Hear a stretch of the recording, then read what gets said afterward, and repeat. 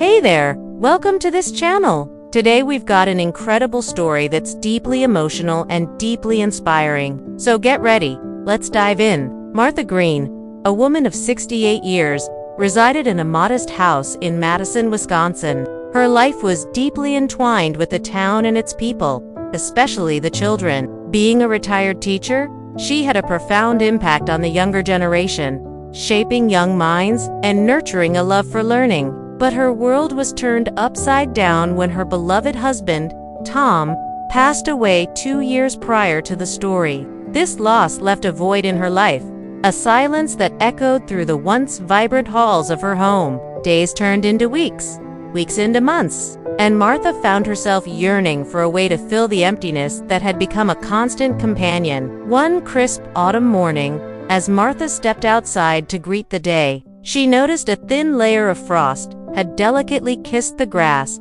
transforming her front yard into a winter wonderland. The air was filled with the promise of a new day, yet Martha's heart remained heavy with the weight of her solitude. Standing on her front lawn, she held a small wooden box painted a cheerful sky blue. Her wrinkled hands, which had once cradled countless young hands during story time, now trembled slightly as she adjusted the miniature door of the box.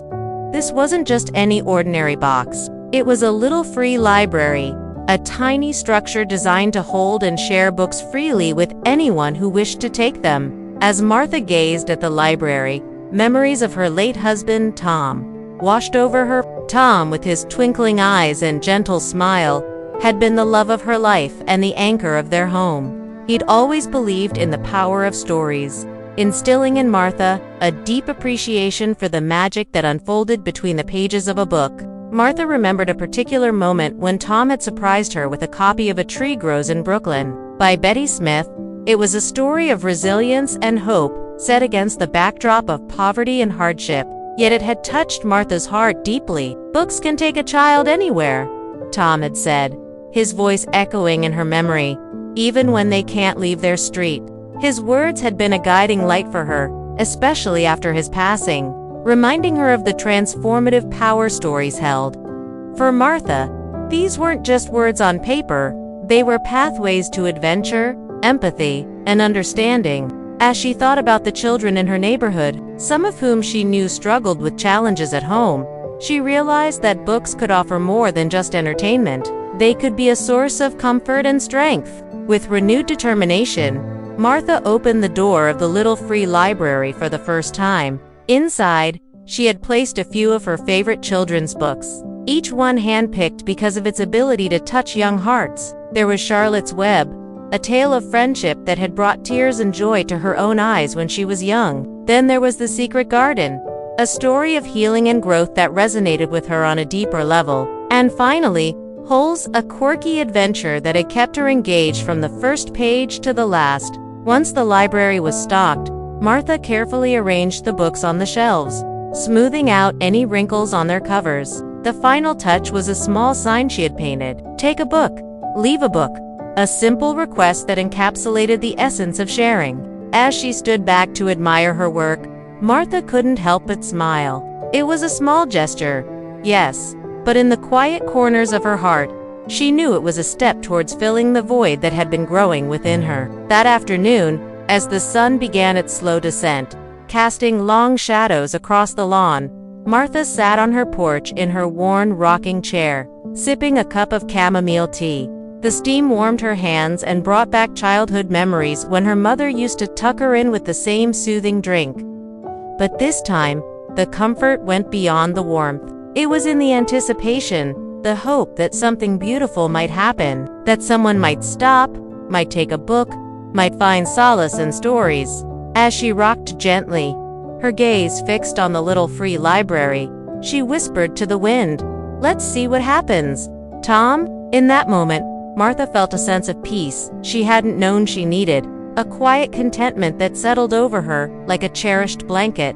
Suddenly, a small figure emerged from the end of the street. It was Liam, a 9-year-old boy with a mop of brown hair and inquisitive eyes. Liam often walked past Martha's house on his way home from school, and Martha had noticed his worn-out shoes and the backpack that was held together with more hope than functionality.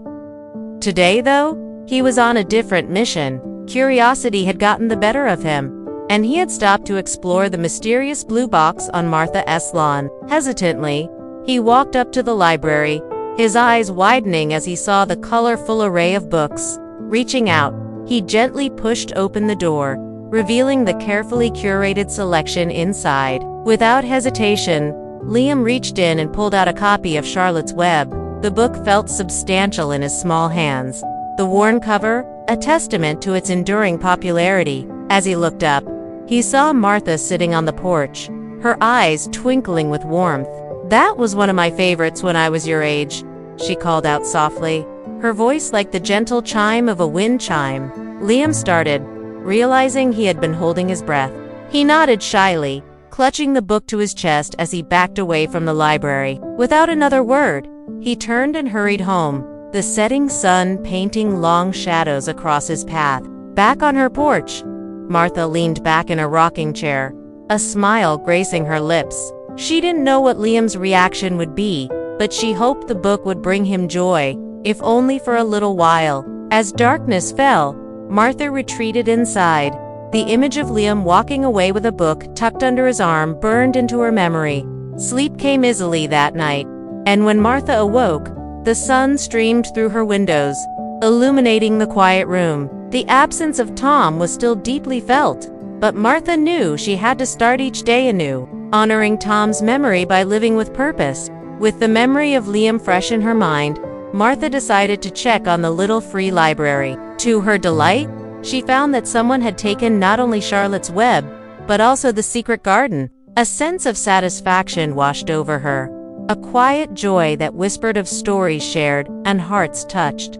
Later that afternoon, she noticed a familiar figure approaching the library. It was Tina, Liam's mother, her eyes filled with a mixture of apprehension and gratitude. As Tina stood on Martha's porch, tears welled up in her eyes. "I wanted to thank you," she began, her voice trembling slightly, "for the books Liam has been reading every night, and it's making such a difference." Martha listened attentively, her heart swelling with emotion. It wasn't just about the books, she knew, but the hope, the courage, and the kindness they symbolized.